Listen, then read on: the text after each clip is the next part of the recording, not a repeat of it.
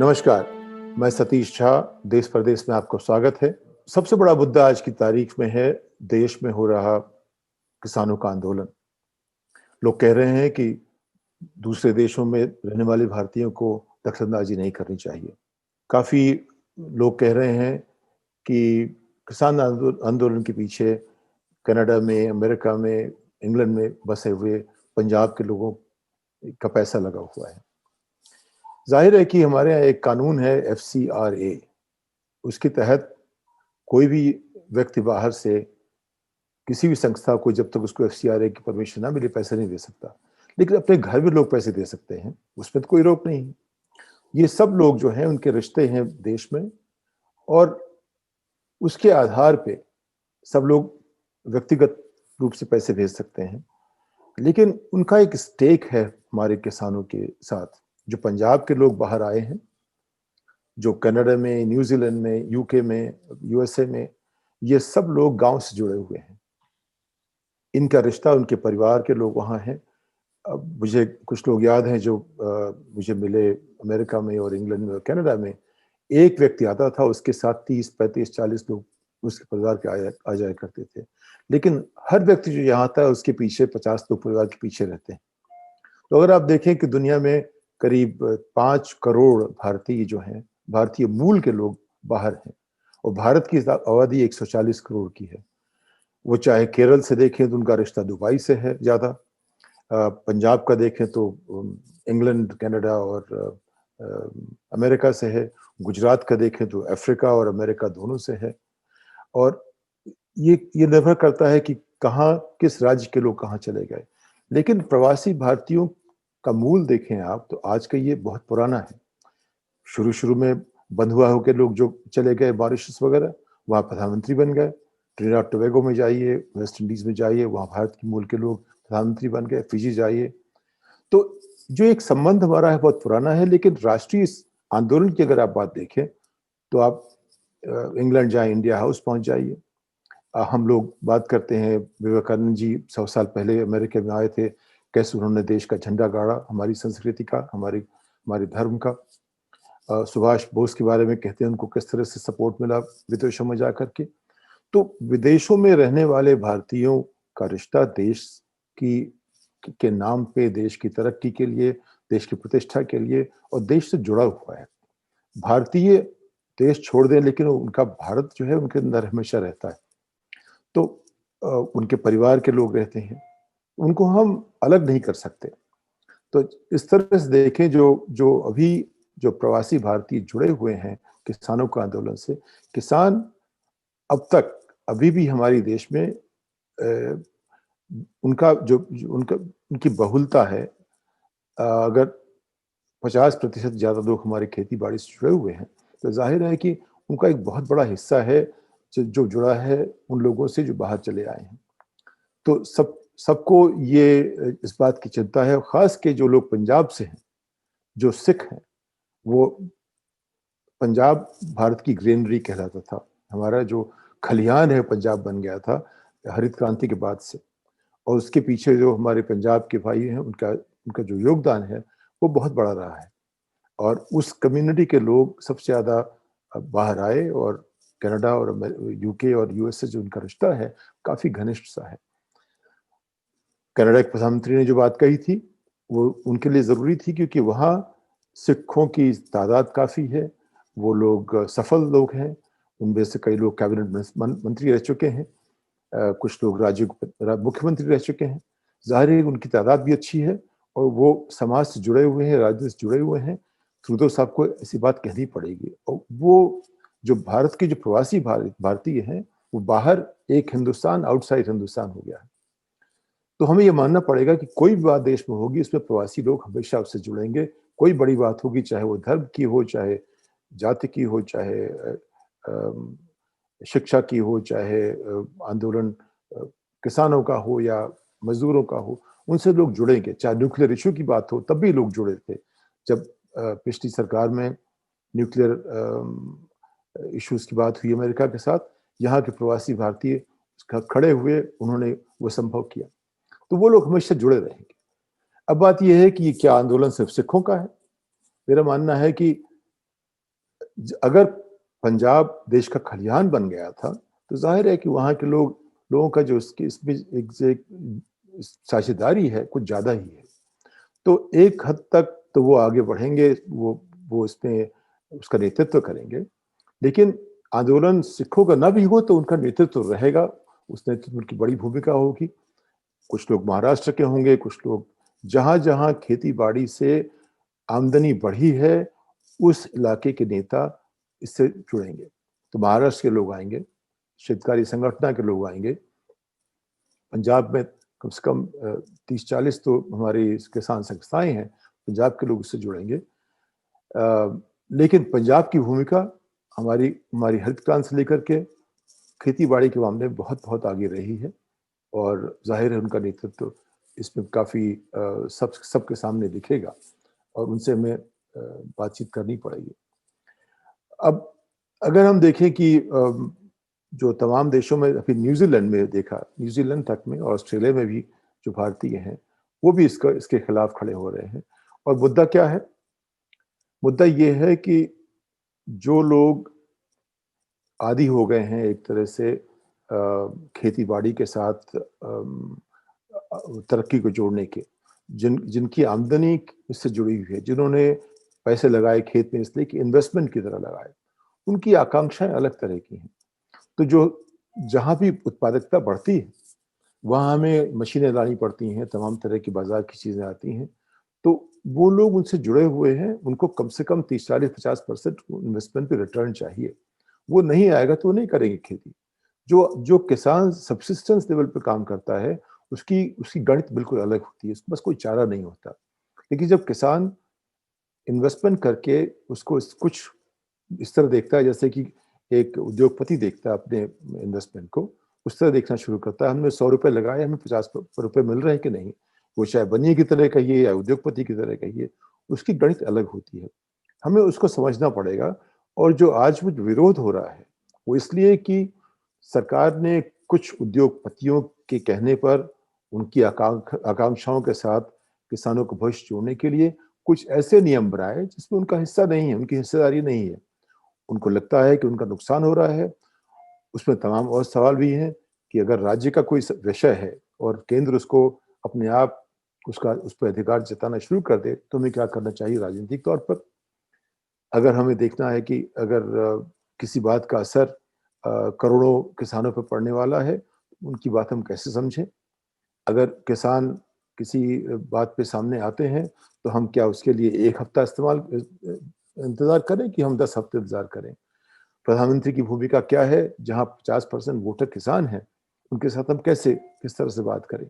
इन सब को लेकर के आप देखेंगे, तो ये लगता है कि जहाँ-जहाँ पंजाब के लोग जिनका रिश्ता ज़मीन से आमदनी निकालने में लगा रहा है और वहाँ के लोग जो बाहर गए हैं, वो बिना रिश्ता तोड़े हुए, तो दोनों तरह की बातें होंगी।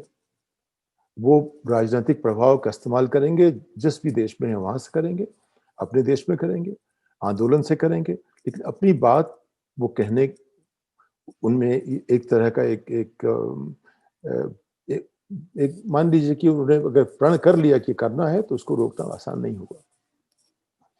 अब बात आती है कि इससे सरकार की छवि को क्या होता है? सरकार अपनी को हमेशा पता है कि उनकी छवि का क्या हो रहा है। मोदी जी छवि बनाने में हमारा ख्याल है सबसे सफल प्रधानमंत्री रहे हैं। ज़मीन पे कुछ हो ना हो, उसकी कैसे अच्छी से बनाई जाए उनको पता है। तो मुझे लगता है कि अपनी छवि के बारे में जो चिंतित हैं, वो कोशिश करते रहेंगे, शायद सफल भी हो जाएँ। लेकिन ये जो आंदोलन किसानों का है, ये एक तरह से हमारी जो क्या कहते हैं अर्थव्यवस्था के लिए और हमारी जो लोगों को खाना तक पहुँचाने के लिए, सबके सबके पास भुखमरी से बचाने के लिए ज़रूरी है कि हम उनकी बात सुनें और अभी सुनें। और जहाँ तक मोदी जी की प्रतिष्ठा का सवाल है, मैंने देखा कि वो आजकल बहुत तस्वीरें निकाल रहे हैं, कार्टून निकाल रहे हैं, मैसेजिंग कोशिश कर रहे हैं। मोदी जी की जो तस्वीर कार्टून वाली, वो लगता है कि वो बहुत भले आदमी हैं, सबकी बात सुन रहे हैं और जो दूसरे लोग हैं बड़े गुस्से में हैं, उनसे बात करना चाहते हैं। आखिर ये बात हुई कैसे? पहली बात तो ये है कि लोग कह रहे हैं कि राज्यसभा में अगर आप वॉइस वोट से पास कर दीजिए जहां आपकी मेजोरिटी नहीं है, तो जाहिर है आप कुछ गड़बड़ कर रहे हैं। अगर आपने संसद का अधिवेशन बुलाया नहीं और आपने इस तरह के ऐसे आप ऑर्डिनेंस करते जा रहे हैं, तो शायद कहीं कुछ गलत बात है। लेकिन हमें सोचना पड़ेगा नरेंद्र भाई की सरकार जब आखिर ऐसा क्यों काम करती है। जब नरेंद्र भाई बहुमत से आए थे 2014 में, उनका पहला जो काम था वो था नृपेंद्र मिश्रा जी को अपना प्रधान सचिव बनाया। उसके लिए उन्होंने पहला काम किया ऑर्डिनेंस का, क्योंकि उनको बनाया नहीं जा सकता था, कोई सरकारी नौकरी दे नहीं सकते थे, तो उन्होंने ऑर्डिनेंस किया। तो पहला जो उनकी शुरुआत है वही ऑर्डिनेंस से है। तो मुझे लगता है उस पर कहीं नरेंद्र भाई में ये एक वो मानते हैं कि मैं लोगों का नेता हूं और मैं जो समझता हूं कहता हूं वो लोगों की बात है और सब लोग मानेंगे, वरना मुझे उनको बहलाना आता है।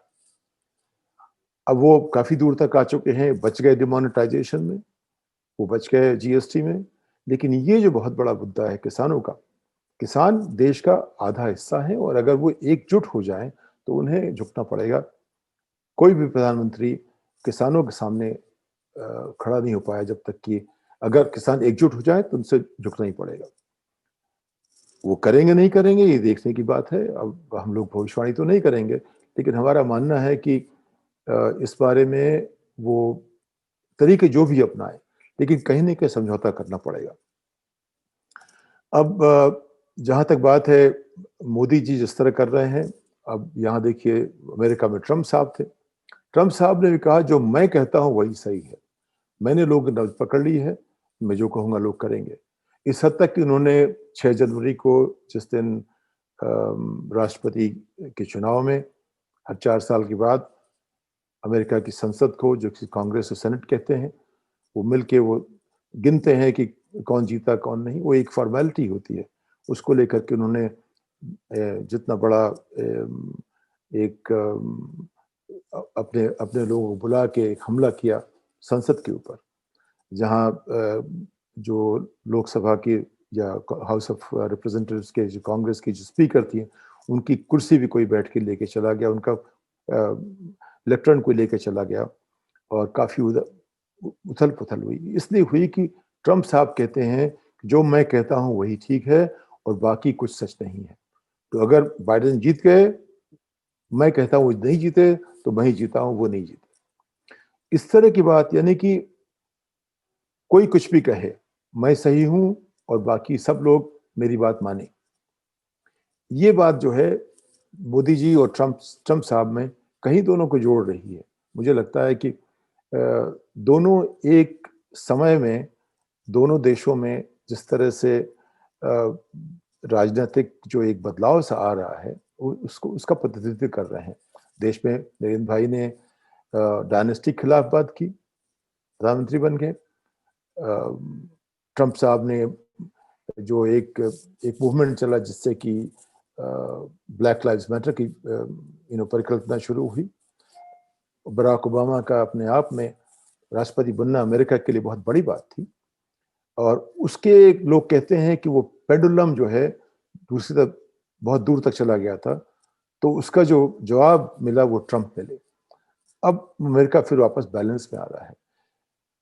इस बीच में जो है ट्रम्प इसी बहाने, चूंकि उन्होंने कहा कि हम जो कहते हैं वही सही है, चुनाव भी जो भी कहे, चाहे बहुत बहुमत मिला हो बाइडेन साहब को, उनको इलेक्टोरल वोट्स मिले हो, लेकिन मैं कह रहा हूं कि मेरी जीत सबसे बड़ी है और जितने उनको ज्यादा वोट मिले हैं वो सब फेक हैं। उन्होंने फेक शब्द का काफी अच्छा इस्तेमाल किया है। लेकिन चूंकि उन्होंने हमला किया संसद के ऊपर, संसद के हमले को लेकर के उनका दोबारा इम्पीचमेंट हुआ। इम्पीचमेंट एक तरीका है अमेरिका में, जिन लोगों को कोर्ट में नहीं ले जा सकते उनको सजा देने का तरीका इम्पीचमेंट है। इम्पीचमेंट हाउस ऑफ रिप्रेजेंटेटिव्स करती है, कांग्रेस करती है, और उस पर कन्विक्शन सेनेट करती है। इम्पीचमेंट सेनेट में हो चाहे उसका कन्विक्शन हो ना हो, इम्पीचमेंट अपने आप में जिंदगी भर के लिए उनके ऊपर दाग रहेगा। ये तीसरे राष्ट्रपति हैं जिनका इम्पीचमेंट हुआ है, और पहले हैं जिनका 2 बार हुआ है।